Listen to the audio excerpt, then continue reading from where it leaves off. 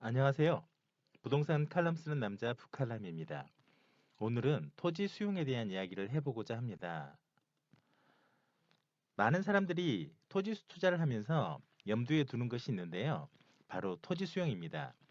국가 혹은 공공단체 등이 새로운 사업을 진행하려고 하면 보통은 새로운 토지가 필요하게 됩니다. 만약 국가나 지자체, 공공단체 소유의 토지가 있다면 바로 그 토지에서 새로운 사업을 일구면 되지만 새로운 사업은 대규모 토지가 필요한 경우가 많고 그렇게 큰 단위의 토지를 특히 국가가 갖고 있는 일은 매우 드문데요. 그리고 바로 이 점이 일반인이 토지 투자로 재미를 볼 수 있는 이유입니다. 먼저 개념부터 정리해 보겠습니다. 토지 수용 제도란 무엇일까요? 국가나 공공단체에서 공익사업을 시행하기 위해 토지 등을 취득해야 하는데 이때 토지 물건 등 소유자와 먼저 매수 협의를 하게 됩니다. 그리고 만약 이때 원만하게 합의가 도출된다면 계약을 체결하여 토지 등을 매수하면 됩니다. 하지만 협의 매수가 되지 않는 때가 있습니다. 바로 이런 경우에는 공익사업 용지를 강제로 취득할 수 있도록 법적 장치가 만들어져 있고 이것이 바로 토지 수용 제도입니다. 참고로 이 제도는 모든 민주국가에 있는 제도입니다. 이렇게 개념을 살펴보면 협의 매수가 되지 않을 때 토지 수용이 되는 것이며 이는 강제로 취득한다고 되어 있어서 토지 수용 제도가 부정적으로 비춰질 수 있습니다.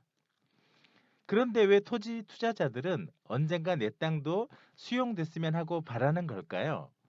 그 이유는 아무리 토지 수용이 강제로 이루어진다고 해도 적절한 보상이 선행되기 때문입니다. 그리고 그 보상은 토지 보상, 지작물 보상, 수목 보상, 영업 보상 등으로 다양합니다. 이미 생활 기반 시설이 갖추어진 지역의 토지는 비쌉니다. 만약 그런 곳에 새로운 사업지를 만든다는 이유로 토지 수용을 한다고 하면 토지 소유자들은 거품을 물고 쓰러질 수도 있겠지요. 아니 애초에 진척 자체가 되지 않고 지지부진할 수 있습니다. 이것은 강남의 아파트 단지들의 재개발이 하염없이 미뤄지는 것만 봐도 짐작 가능한 일입니다. 그래서 대규모 사업지가 만들어지는 곳은 허허벌판인 것입니다. 토지를 수용한다고 하면 오히려 토지 소유자들이 좋아하는 그런 곳. 이것은 사업 시행자 입장에서도 토지 소유자 입장에서도 윈윈일 수밖에 없습니다. 사업 시행자 입장에서는 어차피 대규모 개발을 할 것이니 그에 따라 주변 상권 등이 자연스레 형성되게 만들 수 있으며 굳이 비싼 노른자 땅이 아니어도 되지요. 여기에 토지 보상비를 싸게 하면 할수록 이익은 커지게 됩니다. 그리고 토지 소유자 입장에서도 매수 가격보다 높은 가격에 넘길 수 있고요. 그렇다면 보상은 어느 정도가 적정가일까요? 이 질문은 사업 시행자와 토지 소유자 모두 수용을 반기면서도 빨리 수용이 이루어지지 않는 근본적인 이유입니다. 토지보상법에서는 공익사업으로 인해 토지 가격이 변동됐을 때 이것을 고려하지 않아도 된다고 명시되어 있는데요.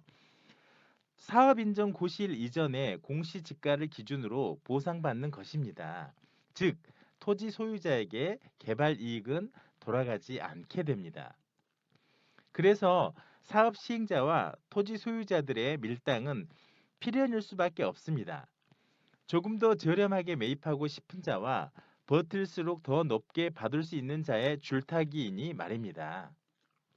이제 토지 소유자 입장에서 생각해 보겠습니다. 기꺼이 기분 좋은 마음으로 본인의 토지 수용을 지켜볼 수 있으려면 어떻게 해야 할까요? 최고가를 받기 위해 알박기 하듯 버티면 될까요? 결론부터 말하자면 이건 확실한 오답입니다.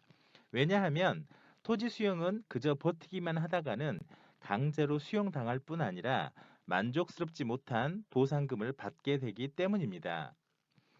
그러니 우리는 토지 수용 제도가 어떤 것인지 어떤 절차로 진행되는지 파악하여 합법적인 절차를 통해 정정당당하게 보상금 증액을 요청해야 하겠습니다. 아무리 토지 수용을 통해 이익을 취하고 싶다고 해도 뭐든 정도라는 것이 있기 때문입니다. 오늘 영상은 여기까지인데요. 유익하셨다면 구독, 좋아요, 알림 설정 부탁드립니다. 감사합니다.